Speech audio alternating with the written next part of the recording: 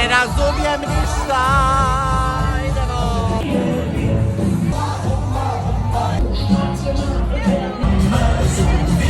Idemo.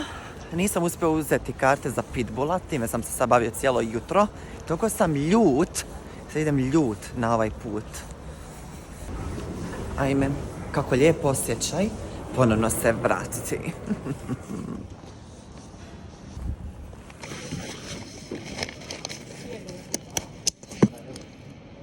A fora, otvorili su ovaj kao neki muzej. Sad čilam 1-2 sata, ja vam inače volim ovak doći rano na aerodrom, nadam se da nisam jedinim.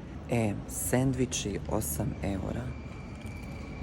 Znam da na aerodromima skupo, ali toliko skupo u Zagrebu nisam očekivao. Ne mogu ja proći bez otkazanog leta, evo kasni sat vremena. Predivno. Prvo me žena prepoznala na provjeri karte i nije mi gledala ruksak. Živa bila, ženo legendo. Evo stigao sam. Slijedanje je bilo kritično. Idem kupit kartu strogo i neka dvojica likova bila pored tog aparata i pitam ja njih kao ono, do you speak English or Croatian? Oni me na hrvatskom. Ok, uban je sad ovo. Hajmo.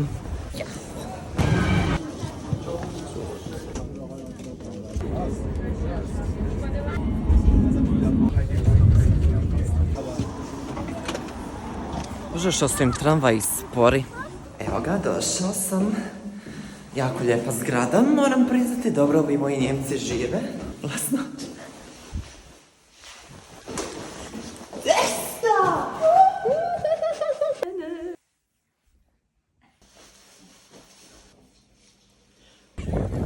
Znači, sletio sam, idem nešto jesti i onda idemo partijati. Bože me sačuvaj, nikad ovo nisam napravio. Enjoy.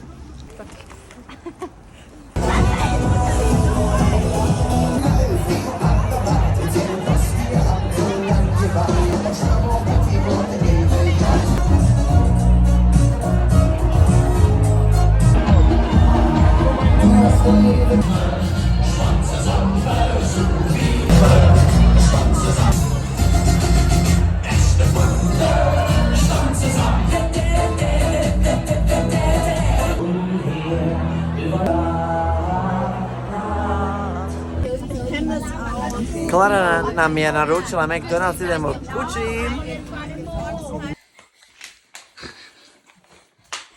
Big Mac menu? It was good, right? I said no, and then